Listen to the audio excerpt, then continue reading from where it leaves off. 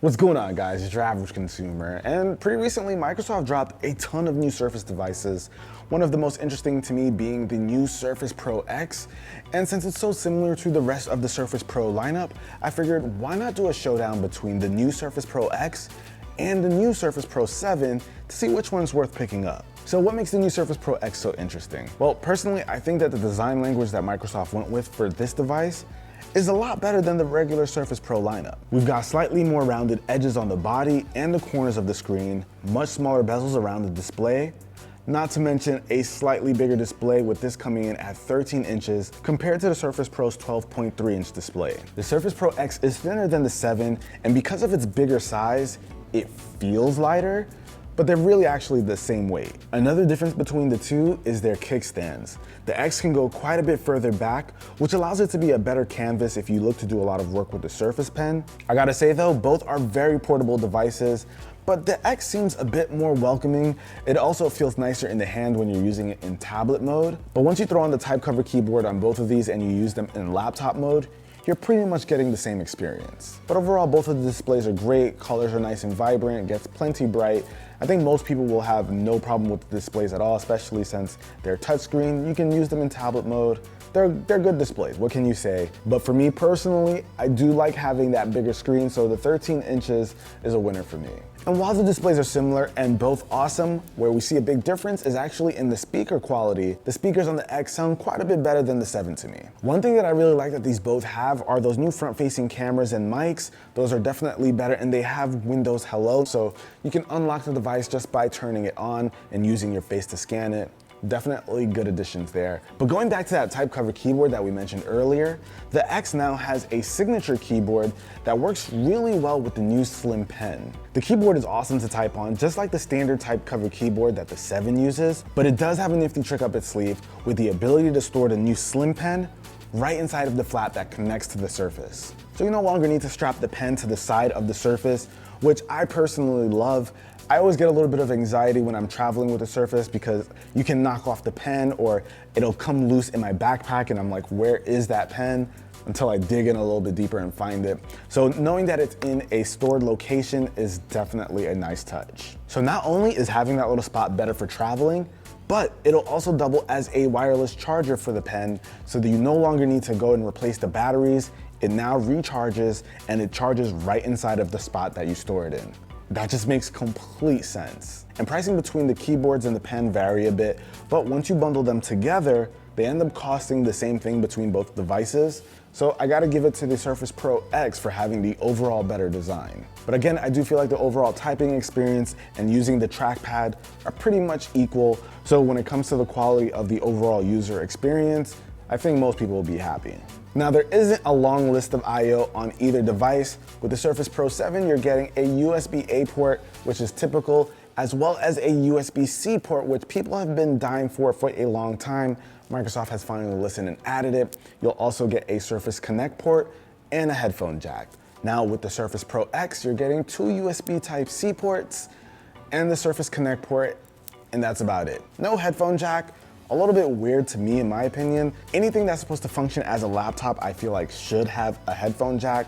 There's plenty of space for it. I know some people probably won't care because Bluetooth headphones are getting way more popular, but still, I find it a little bit odd that they couldn't fit a headphone jack in this. But I am kind of curious about what you guys think. On a device like this, which is like a tablet and laptop, are you expecting to have a headphone jack? With smartphones, that's pretty much dead.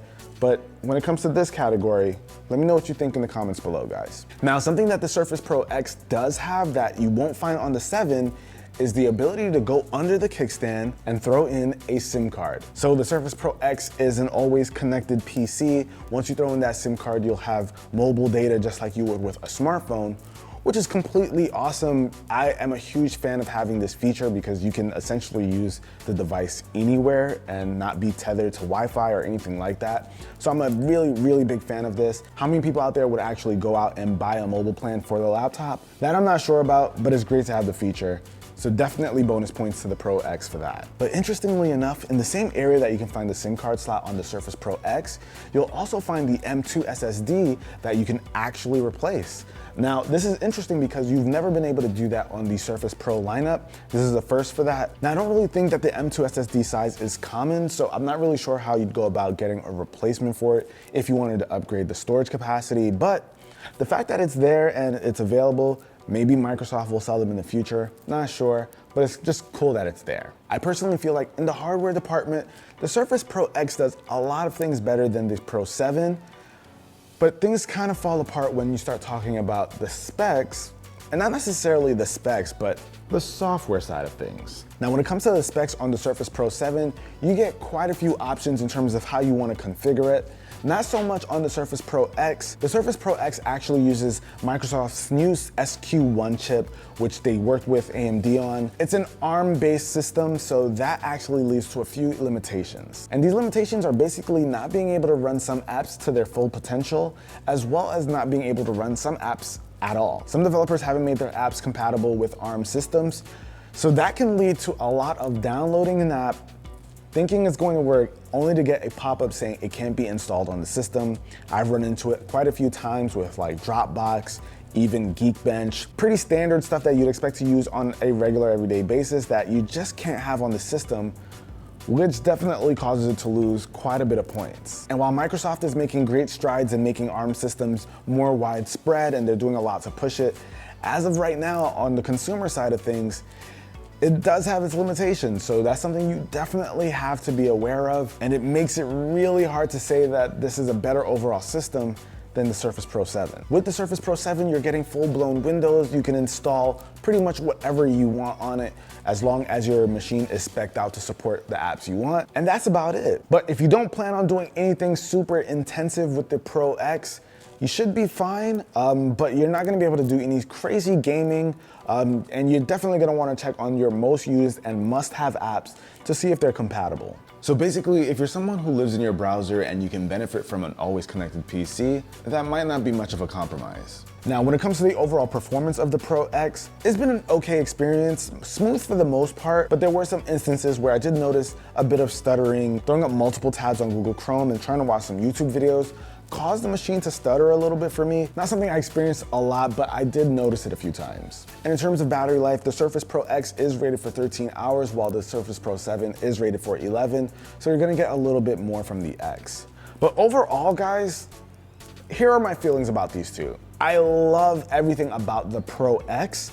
I think Microsoft knocked it out of the park in terms of the hardware, the design, the thought process with the keyboard and the slim pen.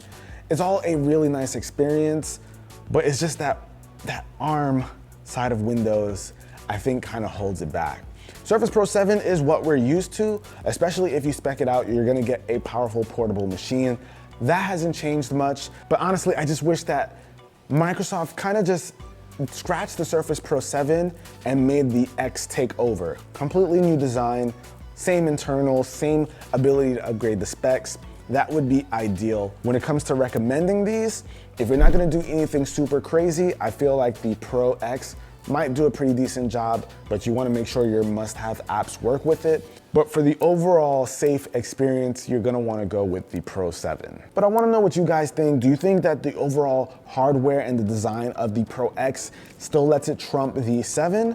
Or is the reliability of the 7 and the extra specs that you can put into it to make it a bit more powerful make it trump the Pro X? Let me know with a comment down below. Hopefully you guys enjoyed this video and this helped out a little bit with your decision. But till the next video, it's your average consumer. Peace.